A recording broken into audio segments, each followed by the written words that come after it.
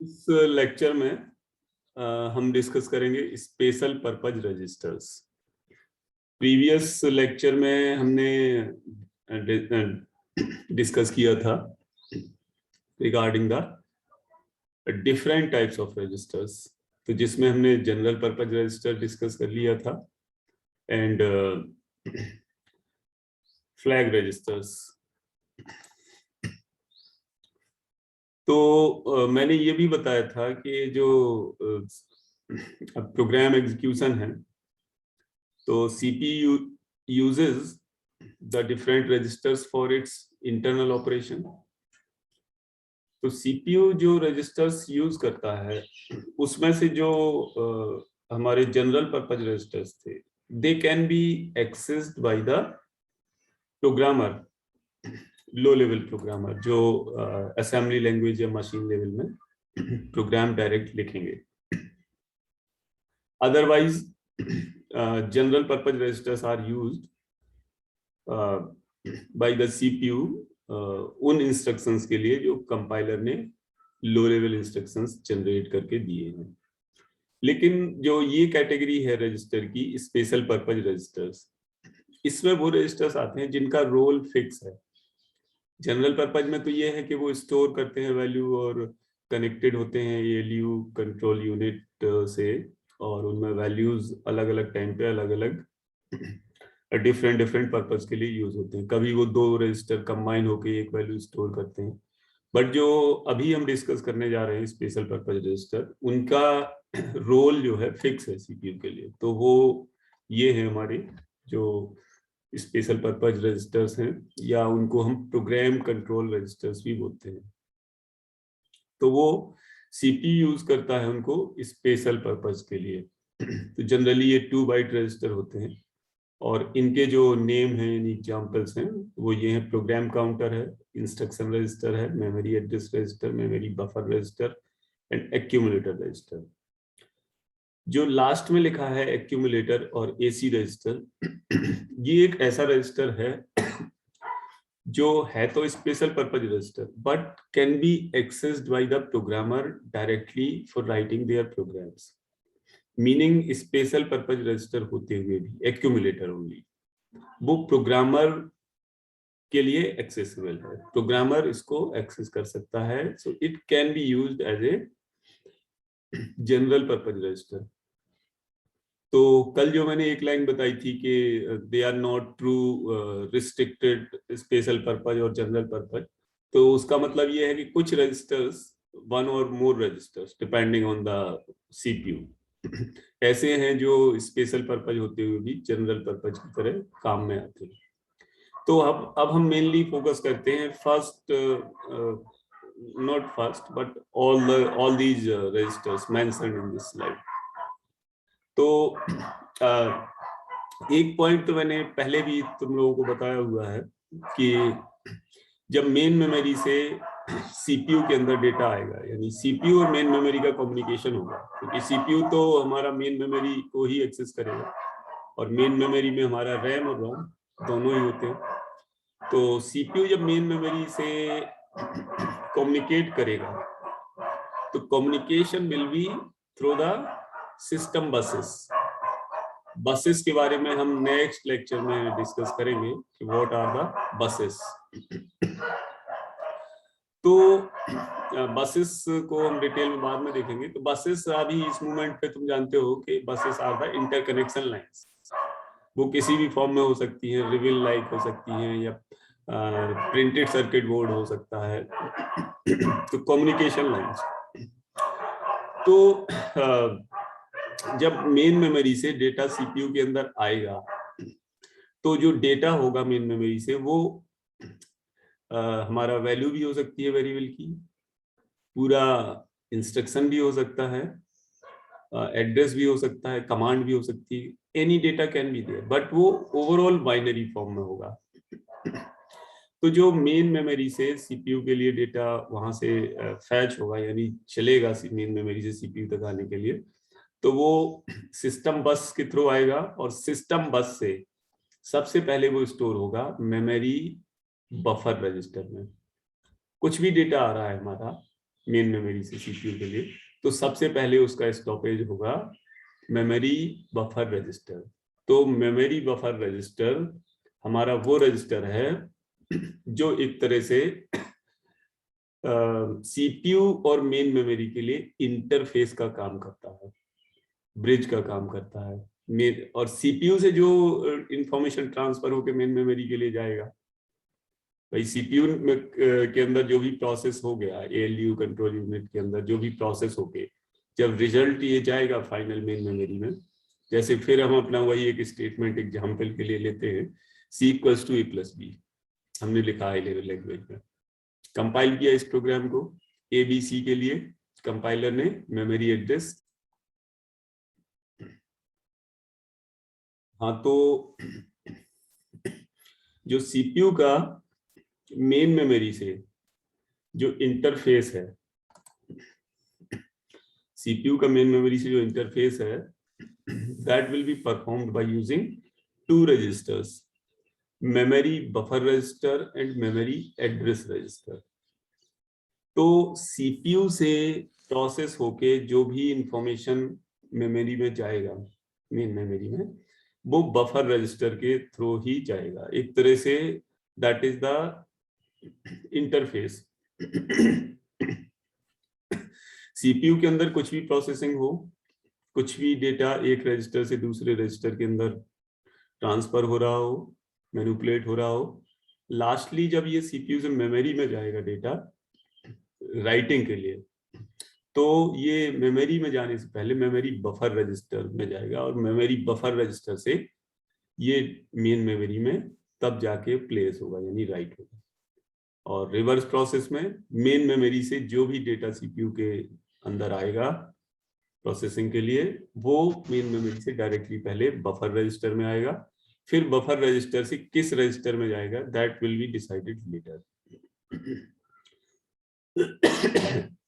जैसे for example, अगर main memory से हमारा डेटा आ रहा है, वैल्यू है c equals to a plus b हमारा स्टेटमेंट है सपोज, तो a और b की जो वैल्यू एडिशन के लिए, समेशन के लिए आएंगी, वो 1 by 1 आएंगी मेन मेमोरी से। तो पहले a की वैल्यू डिपेंड करता है कि हम मतलब a की वैल्यू, वेरिएबल a की वैल्यू आएगी पहले, तो मेमोरी से वो आएगी बफर रजिस्टर में, मेमोरी बफर रजिस्टर में, फिर मेमोरी बफर रजिस्टर से वो वैल्यू जाएगी किसी जनरल पर्पज रजिस्टर में। और किस जनरल पर्पज रजिस्टर में जाएगी वो वैल्यू? जो इंस्ट्रक्शंस कंपाइलर ने जनरेट कर रखा होगा कंपाइलेशन के बाद। तो जिस इंस्ट्रक्शन में कंपाइलर ने उस रजिस्टर का नाम यूज किया होगा कॉपी करने के लिए, तो उस रजिस्टर में वो वैल्यू कॉपी हो जाएगी वेरिएबल ए की। फिर वेरिएबल बी के लिए भी यही प्रोसेस होगा, वो वैल्यू मेमोरी से बफर रजिस्टर में आएगी और फिर बफर रजिस्टर से फिर किसी जनरल पर्पज रजिस्टर में जाएगी। तो इस तरह दो रजिस्टर में वैल्यू पहुंच जाएगी और दो रजिस्टर से वो वैल्यू एएलयू उनको ऐड करेगा, ऐड करके जो रिजल्ट होगा वो किसी एक रजिस्टर में स्टोर होगा और फिर उस जनरल पर्पज रजिस्टर से, वो एक्यूमुलेटर रजिस्टर भी हो सकता है अगर हम इंटेल ओल्ड प्रोसेसर्स की बात करें, तो एसी रजिस्टर में रिजल्ट स्टोर होगा, एसी रजिस्टर से रिजल्ट स्टोर होके फिर मेमोरी बफर रजिस्टर में आएगा और फिर मेमोरी बफर रजिस्टर से फिर वो मेन मेमोरी में जाएगा और मेन मेमोरी में किस एड्रेस पर जाएगा वो रिजल्ट a प्लस बी, कोई बताएगा? जो a प्लस बी का रिजल्ट है समेशन के बाद, वो एएलयू के बाद आया, वो जनरल पर्पज रजिस्टर यानी किसी जीपीआर में या फिर एसी रजिस्टर में स्टोर हो गया, एसी रजिस्टर से वो बफर रजिस्टर में आया, बफर से फिर वो रिजल्ट मेन मेमोरी में जाएगा ना वेरिएबल सी के लिए, तभी तो वेरिएबल सी की वैल्यू अपडेट होगी। तो वो बफर रजिस्टर से मेन मेमोरी में वेरिएबल सी के करस्पॉन्डिंग जो मेमोरी लोकेशन है उसमें जाके स्टोर हो जाएगा। अब इन सब प्रोसेस के लिए memory buffer address memory buffer register का कंसेप्ट तो समझ चुके हो तुम लोग। what the memory address register does actually, MER। तो MER क्या करता है, मेमोरी से जिस एड्रेस से वैल्यू रीड होनी है या जिस एड्रेस पर वैल्यू राइट होनी है वो एड्रेस मेमोरी एड्रेस रजिस्टर में स्टोर होता है. Memory address register MAR will hold the address of the main memory to which the value need to be written or to be fetched. Main memory से कि जिस address से value read होनी है या जिस एड्रेस पर वैल्यू राइट होनी है वो एड्रेस MAR रजिस्टर में स्टोर होता है. तो अभी हम आते हैं इस पर PC रजिस्टर और IR रजिस्टर. तो IR रजिस्टर, हाँ, IR रजिस्टर क्या है? It holds the complete instruction. अब इन रजिस्टर्स को तुम लोग अच्छे से समझ लो. कुछ लेक्चर बाद जो हम डिस्कस करेंगे इंस्ट्रक्शन एग्जीक्यूशन साइकिल, तो उनमें इन सब रजिस्टर्स का डायरेक्ट यूज हम देखेंगे कि कैसे रजिस्टर के अंदर, डिफरेंट रजिस्टर के अंदर वैल्यूज ट्रांसफर होती हैं, यानी जो डेटा है वो कैसे एक रजिस्टर से दूसरे रजिस्टर में ट्रांसफर होता है, किस सीक्वेंस में होता है, और ट्रांसफर होने के बाद कैसे पर्पज हमारा एग्जीक्यूशन का सॉल्व होता है. तो मेमोरी से जो मैं बता रहा था, मेन मेमोरी से जब कंपाइलर कंपाइल करके रख देगा इंस्ट्रक्शंस, तो उन इंस्ट्रक्शंस में क्या होगा? लो लेवल इंस्ट्रक्शन मेमोरी में पड़े होंगे. तो कुछ एड्रेस पर वैल्यूज होंगी डायरेक्ट, कुछ एड्रेस पर कंप्लीट इंस्ट्रक्शन होगा. जैसे सपोज समेशन के लिए एक इंस्ट्रक्शन है ऐड R1, R2. लो लेवल इंस्ट्रक्शन की बात कर रहा हूँ. Add R1, R2 which shows के R1 और R2 रजिस्टर की वैल्यूज जो हैं उनको आपस में ऐड करना है. Add R1, R2. Let's say this is the low level instruction generated by compiler. Actually 10 minutes are left. तो इस 10 मिनट को फिनिश करने के बाद आई विल सी के कंटिन्यू करना है या थोड़ा बाद में हम कंटिन्यू करेंगे. तो IR रजिस्टर, तो जो ये इस तरह के इंस्ट्रक्शन है जैसे add R1, R2, this means कि कंपाइलर ने जनरेट किया हुआ लो लेवल इंस्ट्रक्शन है. उसका मतलब है कि R1 रजिस्टर और R2 रजिस्टर की वैल्यू को आपस में ऐड करके और रिजल्ट किसी एक रजिस्टर में स्टोर करना है. वो भी इंस्ट्रक्शन के रजिस्टर से ही मालूम चलेगा. ये तीसरा रजिस्टर भी हो सकता है, उन दोनों में से एक रजिस्टर भी हो सकता है, या AC रजिस्टर हो सकता है. मैं एक जनरलाइज बात कर रहा हूँ, ठीक है. स्पेसिफिक टू प्रोसेसर जाओगे तो वो प्रोसेसर आर्किटेक्चर पे डिपेंड करेगा कि ऑपरेशन परफॉर्म होने के बाद रिजल्ट किस रजिस्टर में स्टोर हो रहा है, और वो रजिस्टर हमारा इंस्ट्रक्शन के अंदर ही होगा. तो जब हम इस पे टाइप ऑफ इंस्ट्रक्शंस में डिस्कस करेंगे इस चीज को, ठीक है. तो अभी ये मान के चलो कि लो लेवल इंस्ट्रक्शन जनरेट किया कंपाइलर ने ऐड R1, R2. तो जितने भी हमारे प्रोग्राम के स्टेटमेंट्स हैं सभी के लिए कोई ना कोई इंस्ट्रक्शन जनरेट होगा. अगर वैल्यू हमारी वेरिएबल से रजिस्टर में कॉपी हो रही है तो उसके लिए भी मूव MOV इंस्ट्रक्शन है.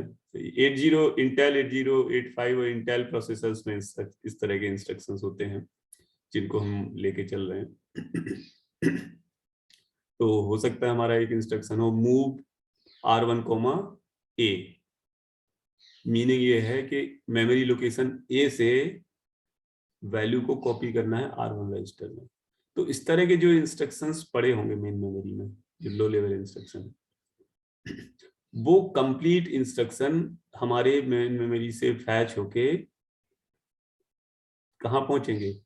CPU के अंदर IR रजिस्टर में, इंस्ट्रक्शन रजिस्टर. तो IR register holds the complete instruction. IR register holds the complete instruction. और PC register, program counter register, this is also called as the instruction counter, IC. तो program counter register में हमारा होता है address of the next instruction to be executed.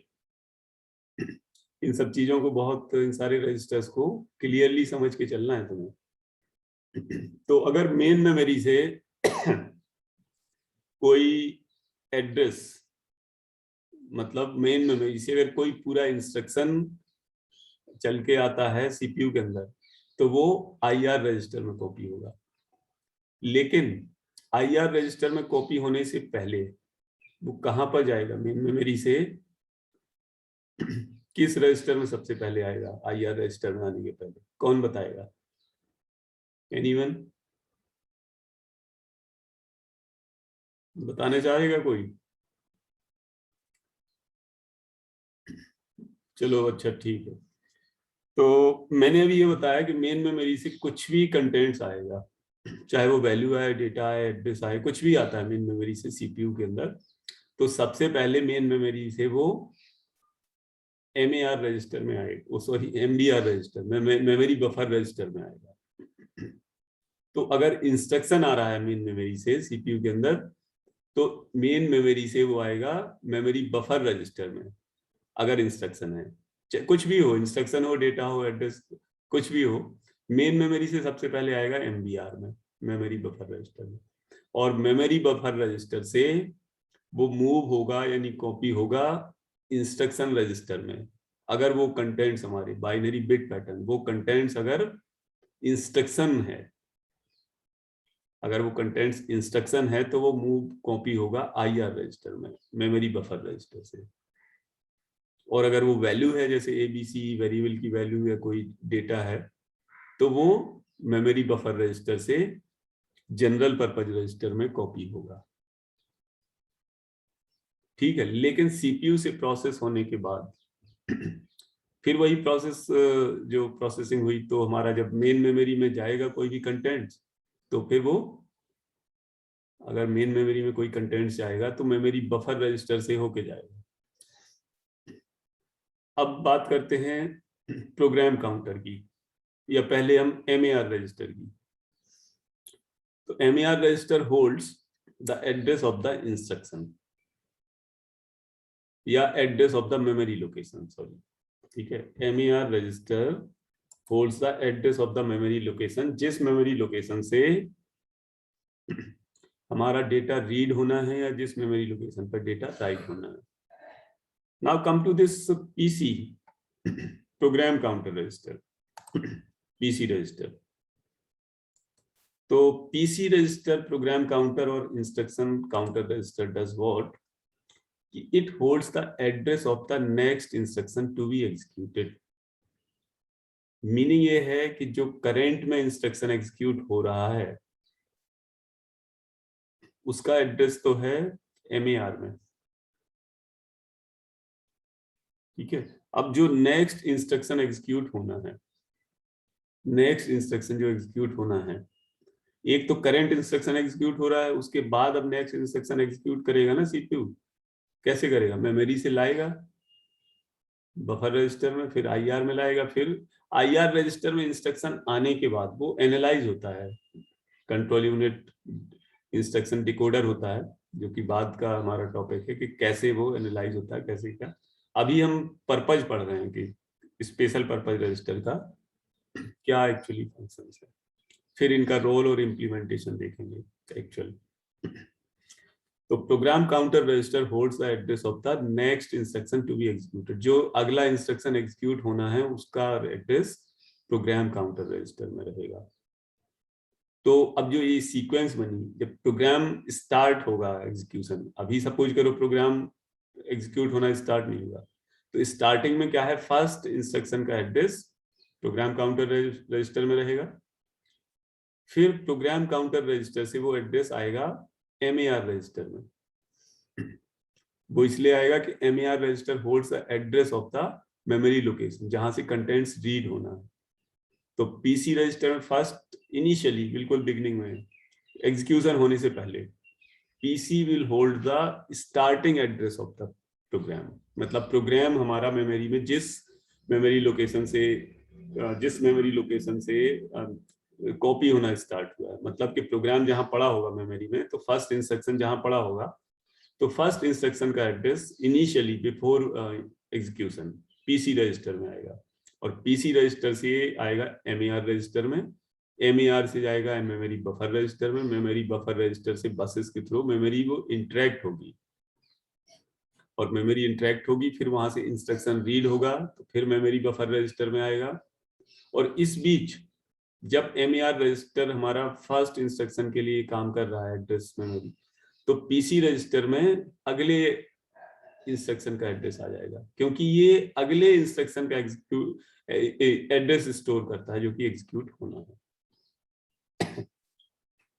ठीक है, तो इस तरह ये पांचों रजिस्टर का, 4 रजिस्टर का मैंने एक्सप्लेनेशन कर दिया है। अब इसमें क्या है कि थोड़ा हम इसको कंटिन्यू करेंगे। आई थिंक 8:30 बजे मैं इसको कंटिन्यू करूंगा इस लेक्चर को आगे, क्योंकि अभी कंटेंट ज्यादा हैं, स्लाइड्स ज्यादा हैं, तो अभी ये जो टाइम बचा है इसमें हो नहीं पाएगा। तो इट विल बी ऑन 8:30 पर हम फिर वापस मिलेंगे। और तब तक अगर तुम लोगों को कुछ इसमें ना क्लियर हुआ हो, if you want to discuss something, then we have some 1 minute of time. Anyone, कुछ भी अगर किसी को इसमें ना समझ में आया हो और नहीं पूछना है तो we can close this meeting. Close करें फिर।